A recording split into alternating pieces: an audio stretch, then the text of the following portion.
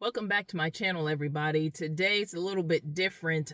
We had a lot of snow here in the area, so I wanted to get to work a little bit early and just have our regular coffee talk in the morning, but I'm sitting in the parking garage because it was not safe driving on the road trying to talk. A lot of things are going, a lot of speculations, but I wanted to talk about the topic of the midsize or the sport truck. So I wanted to kind of jump in here and go over some things, share my ideas. These are just my opinions, and I welcome any feedback like we've been doing before. So I think history repeats itself, right? So right now we all know that Dodge is in a jam because of the transitions with these EV. We don't know the future of Dodge, but history repeats itself. So originally, let's kind of go back when we're looking at the trucks. A sports truck, I had to kind of go and do my research to really figure out what a definition of a sports truck is. It's a high-speed, high-performance, high-powered truck, pickup truck, right? That has basically lowered suspension and lessened cargo capacity. That is the definition of a sports truck. And originally, Dodge, as we knew it, was specifically focusing on sports vehicles or sports trucks. And then it transitioned to more off-road trucks, and we'll kind of get into that. But over the years, Dodge has done several trims like the Rumblebee, the Daytona. You have the Dodge Ram, the SRT10, and that had specific variations to that, different design. So that we'll go into that too. Mopar 16 Ram Rebel, right? These are true sports trucks that Dodge had. And let's kind of quickly go into all of these in the different trim levels. So starting off with the Rumblebee, and I'll try to insert pictures so we can get an idea of what these vehicles look like. But the Rumblebee was around 2004, 2005. And what I wanted to do was actually tell you guys how many units were sold, okay? Because I think that's very important moving forward if Dodge were to reconsider these ideas.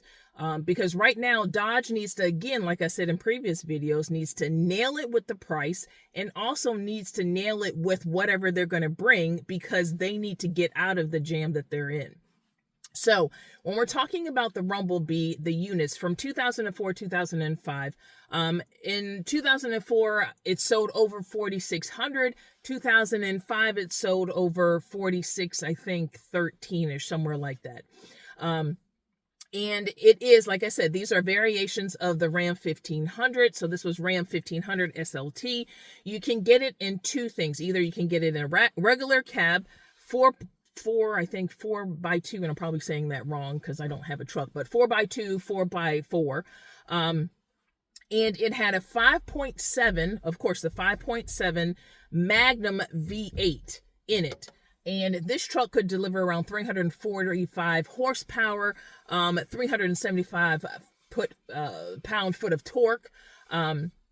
And these things were pretty fast. How fast or how well these things performed.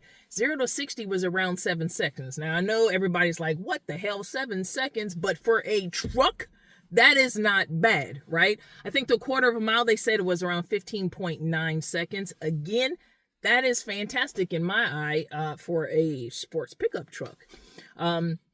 The styling, like I said, I would link it somewhere in here. It took over like the design of the 1968 to 71 Dodge, the Super Bee, because on the side trim, you have that little classic little Super Bee there.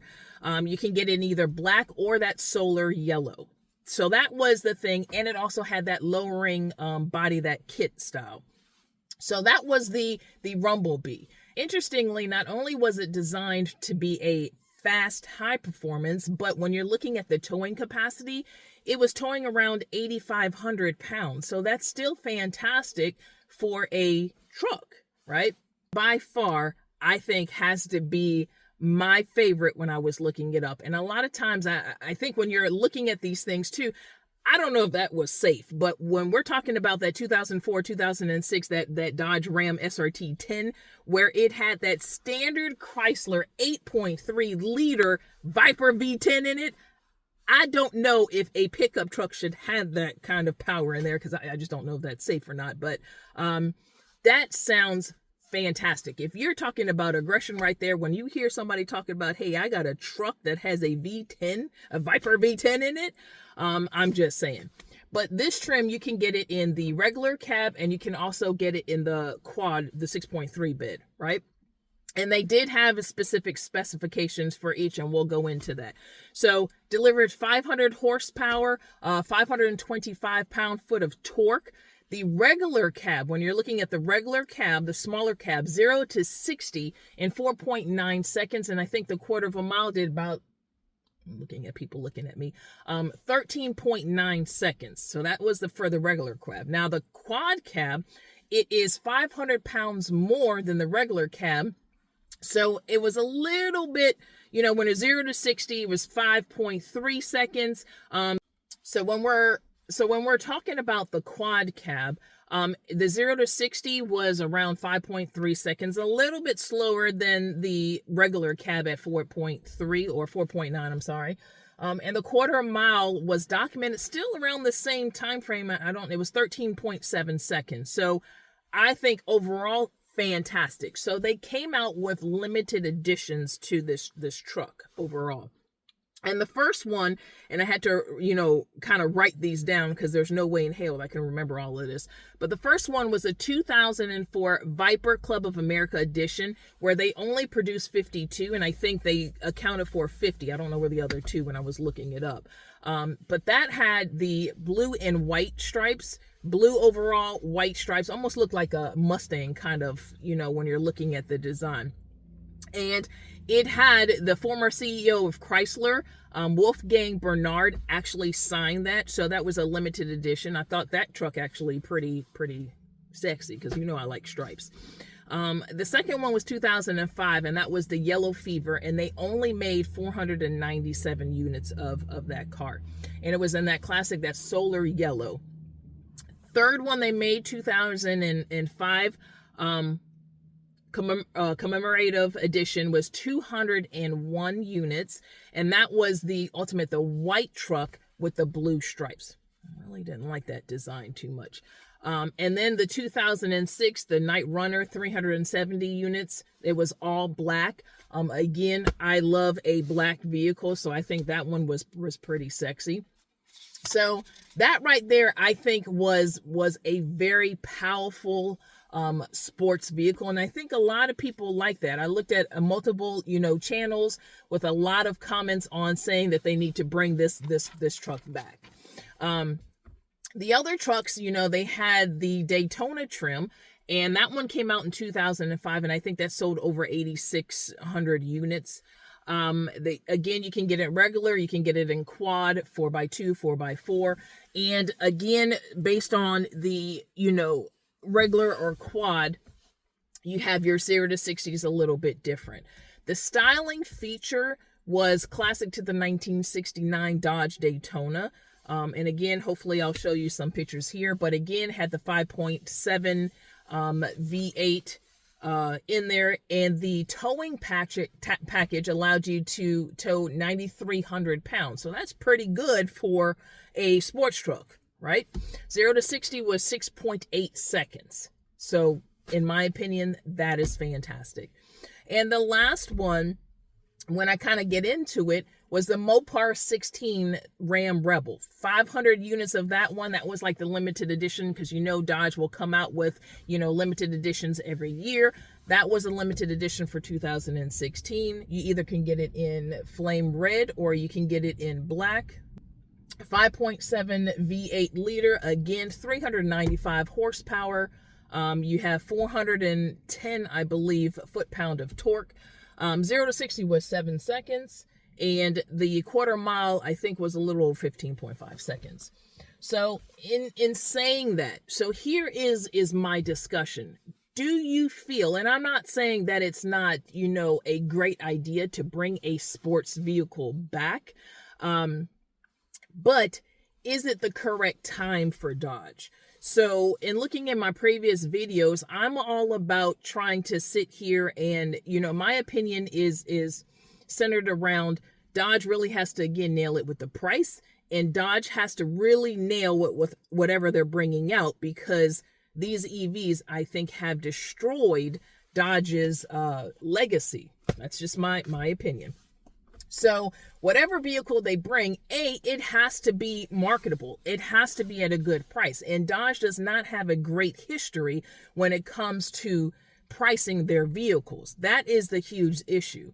And in my opinion, I think a sports truck, or the concept of bringing back a sports truck, is fantastic, but you have to look at the shifting political changes right now. You have to look at the economy. You have to look at the inflation. And in my opinion, I don't think that there's going to be enough sports truck fans out there who are going to go out here and purchase a sports truck, knowing if you go to the grocery store, a carton of eggs is over $12, depending on where you live at. I'm just saying, again, this might be from a female perspective, a wife perspective, a mother perspective, but if I'm looking at it and I have extra money, I'm going to make sure financially that I have my basic needs met before I'm going to go here and, get a luxury secondary truck just for performance and high speed. Because really, yes, you can kind of tow, light things, but really, ultimately, you can't tow. We're not talking about you can't tow 2 cars, or you can't tow a lot of things that if you're hauling something, this truck would not be ideal, right? So in my opinion, I just think that it's a great concept, but I don't think it's the correct timing for Dodge to do something like this. And if you look at the total units, the SRT10, it only sold 10,000 units, right? And the other averaging anywhere between 4,500 to maybe 4,800, right? The Daytona went for over 8,600, but you total all of that, and I don't think it's enough to help Dodge get out of their situation. So I was kind of looking at it and I said, would people really want a sports truck, or should we consider bringing back the TRX? So let's kind of go over the TRX, because in my opinion, I thought that was a badass truck. I don't care what nobody says. If I had an opportunity, I would buy that truck with certain contingencies. So TRX was 2021, 2024, really didn't stick around long. But interestingly, when I went and I looked up the history of the name, which was funny, I don't even know why I didn't even click to that. But TRX is AKA the Tyrannosaurus Rex. And it was the competitor to the Ford Raptor, right? I mean, I think that's hilarious. I'm a cornball, but the T-Rex, you're looking at size and stuff, it demolishes the Raptor. So that's what, Dodge was coming out to make a jab at Ford. I thought that was pretty funny. Maybe people think I'm a cornball. But the concept originally came out in 2016. And then when you go in June 2018, they had, you stated that it went into productions. August 2020, that's when they did their launch editions, where they sold 700 units. And then, of course, we go into 2021, but this is the 6.2 liter engine, the equivalent to the Hellcat engine. And in 2021, they were selling this vehicle, now keep this in mind, for $72,000. Okay. In 2024, that price tag had hyped up to freaking $120-some thousand. Now keep that in mind. So again, 702 horsepower, 650 foot-pound of torque. 0 to 60 was about 4.5 seconds. Quarter mile was 12.9 seconds. And they actually ran it faster when they took it out. So it was documented it was 3.7 seconds, and that quarter mile was 12.3 seconds. I mean, when I first got into drag racing, I took my Charger out there and I did a 12.9, and I thought I was the shit. It was slow as hell, but I thought I was the shit. So having a truck go out there and do that with that Hellcat engine, fantastic. I think, in my opinion, fantastic. And I looked up the towing capacity, because that was the thing. Because the Ford Raptor is a fantastic truck. I don't care to all my Mopar lovers who 100%, I'm a Mopar lover too, but you got to give credit to that Ford Raptor as well. But when I looked it up, the TRX, the towing capacity is 8,100 pounds, 1,310 for that pounds of payload. So I think that's still fantastic. I mean, I understand that you can't take massive amounts of load or hauling loads, but at the same time, fantastic truck in my opinion, and I could be biased. So let's talk about the reasons why it was canceled, right? So it was canceled because the emissions regulations, the emission regulation, and it said that in 2021 to 2023 was the worst performing vehicle based on environmental regulations when you're looking at the human health versus the population or the pollution with the emissions, right? So they said, nah, y'all can't keep making this vehicle, all right? So that was the first ding. Second ding was they had a lot of mechanical issues and build quality issues, where if you go back in my videos, my Hellcat had a damn problem with my radio. It wouldn't load my performance pages, kept locking up, kept having issues with it. And then I'm looking at here, you're talking about quality of build. You pay all this money for this car. My damn seatbelt is twisted. It looks like a damn accordion, right?